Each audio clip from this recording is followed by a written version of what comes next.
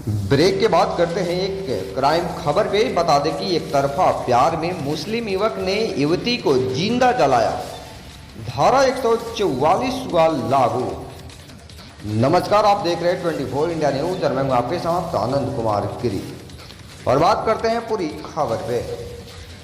बता दें कि झारखंड के दुमका में दिल दहलाने वाला मामला सामने आया है, जहां शाहरुख नामक एक युवक ने एक तरफा प्यार में असफल होने पर 12वीं क्लास में पढ़ने वाली 19 साल की लड़की को जिंदा जला दिया। हादसे में लड़की की मौत हो गई। घटना के बाद इलाके में स्थिति तनावपूर्ण हो गई और प्रशासन ने धारा 144 के तहत निषेधाज्ञा लगा दी है। दुमका के पुलिस अधीक्षक अंबर लकड़ा ने बताया कि घटना में लड़की 19% झुलस गई थी, जिसके बाद उसे इलाज के लिए रांची स्थित रिम्स में भर्ती कराया गया था, जहां रविवार को उसकी मौत हो गई। उन्होंने बताया कि पोस्टमार्टम के बाद लड़की का शव दुमका लाया जाएगा। घटना के बाद लड़की के जेवराडी मोहल्ले स्थित घर पर सुरक्षा के व्यापक इंतजाम किए गए हैं और दुमका में स्थिति नियंत्रण में है। दुमका के एसडीओ महेश्वर महतो ने बताया कि लड़की की मौत की सूचना दुमका पहुंचने वाला पर वहां स्थिति तनावपूर्ण हो गई है।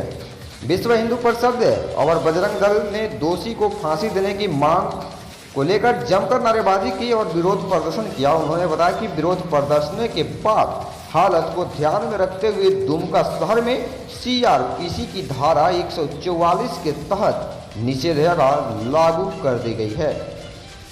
इस सिलसिले में गोड्डा से भाजपा सांसद डॉक्टर निशिकांत दुबे ने ट्वीट किया, काश दुमका की बेटी अंकिता को हम लोग शाहरुख जैसे दरिंदे से बचा पाते। इसके साथ ही उन्होंने दुमका के पुलिस उपाधीक्षक की भूमिका पर भी सवाल उठाया और लिखा, मुस्लिम पदाधिकारी नूर मुस्तफा का अपराधी का साथ देना देश के लिए घातक स्थान पड़ंगना अपनी बेटी की हत्या के बाद उदयचित है।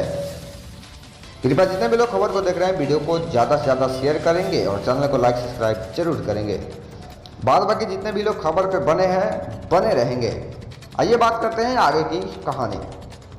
बता दें कि 13 अगस्त को अल्पसंख्यक समुदाय के ताल्लुक रखने वाले शाहरुख ने एक तरफा प्यार में असफल होने पर पड़ोस के व्यवसायी संजीव सिंह की 19 वर्षीय बेटी अंकिता पर देर रात सोते समय खिड़की से पेट्रोल उड़ेलकर आग लगा दी थी, जिसमें वह 90% जल गई थी। पुलिस ने बताया कि घटना के बाद अंकिता को रांची स्थित रिम्स में भर्ती कराया गया था, जहां कार्यपालक दंडाधिकारी चंद्रदीप सिंह ने उसका बयान दर्ज किया, जिसे अब पीड़िता का मृत्यु पूर्व अंतिम बयान मान लिया गया है।